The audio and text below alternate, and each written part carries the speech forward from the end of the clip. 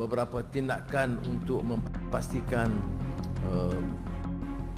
pengeluaran sumber asli itu melalui proses hiliran, itu semua kita ketinggalan dari Indonesia. Terus melakukan juga tugas untuk mendukung transformasi ekonomi Indonesia, termasuk di dalam hal ini adalah hilirisasi dan penciptaan nilai tambah dari perekonomian kita. Ini semuanya membuat kita perekonomiannya mampu untuk tetap resilient pada saat guncangan dan ketidakpastian terus berlanjut. Indonesia saat ini punya peluang besar untuk meraih Indonesia emas di 2045, meraih posisi jadi 5 besar kekuatan ekonomi dunia. Kita punya kesempatan, dan tidak hanya peluangnya saja, tetapi strategi meraihnya sudah ada, sudah dirumuskan.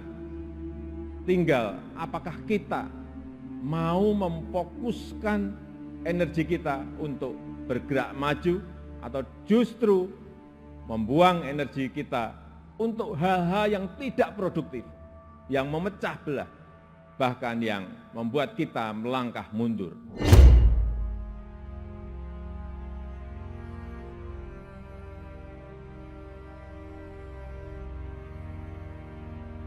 Momentumnya tuh Indonesia is here. Banyak yang mau relokasi dari dari RRT, dari Amerika sendiri melihat Indonesia sebagai strategic partner yang harus direken ya dalam hal ini. Jadi kita cukup baik sebetulnya. Politik Indonesia begitu stabil sampai hari ini, pelabur asing masuk begitu hebat. Indonesia sekarang memacu ekonomi ke hadapan. Ini model politik baru.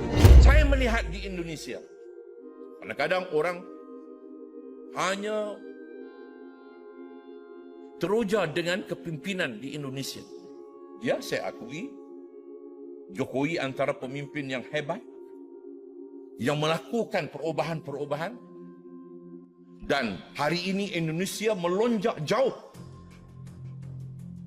ke hadapan berbanding dengan pencapaian dalam negara kita. Tetapi di sana harus kita ingat, kenapa boleh jadi begitu? Dia jadi begitu kerana rakyatnya benar-benar merdeka. Kerana kebangkitan rakyat. Rakyat bangkit menghukum pemimpin-pemimpin yang belot, yang khianat. Rakyat bangkit. Rakyat bangkit menolak kleptokrat dalam negara mereka. Rakyat bangkit menolak perompak-perompak dalam negara mereka.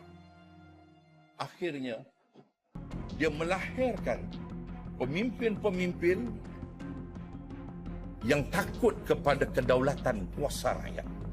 Banyak hal yang kita ketinggalan. Hampir tiap hari saya ada kumpulan perbincangan hal ini, umpamanya dalam soal daya saing, soal kecepatan, kepesatan, kelulusan perniagaan, soal beberapa inisiatif atau ikhtiar baru seperti digitalization, beberapa tindakan untuk memastikan pengeluaran sumber asli itu melalui proses hiliran, itu semua kita ketinggalan dari Indonesia, Thailand, Vietnam umpamanya. Hal-hal ini kita mesti depani untuk memastikan kita mampu dan berdaya saing. Ramalan Indonesia akan menjadi salah satu kekuatan ekonomi dunia menjadi perhatian khusus bagi Malaysia. Keberhasilan demi keberhasilan program yang dicanangkan pemerintah telah mendorong ekonomi Indonesia keluar dari kategori negara Fragile Five. Hal ini akan membuat Indonesia semakin dekat meraih cita-cita Indonesia Emas tahun 2045 dan meraih posisi negara 5 besar kekuatan ekonomi dunia. Pemerintah sejauh ini telah menyiapkan beragam strategi untuk menggapai Indonesia Emas tahun 2045. Selain membangun infrastruktur yang masif hingga mempermudah birokrasi untuk para investor, pemerintah Indonesia juga mencanangkan kebijakan hilirisasi sumber daya alam. Upaya menciptakan nilai tambah yang tinggi ini terbukti berperan cukup penting dalam meningkatkan ekspor dan neraca perdagangan Indonesia yang signifikan. Indonesia juga memiliki peluang besar dalam hal international trust. Kepercayaan yang telah dibangun bukan sekedar gimmick dan retorika semata, tapi melalui sebuah peran dan bukti nyata keberanian Indonesia dalam bersikap. Hal inilah yang kemudian juga ingin dicapai Malaysia. Malaysia ingin menyusun strategi serupa dengan kebijakan Indonesia untuk menjamin kemajuan negaranya.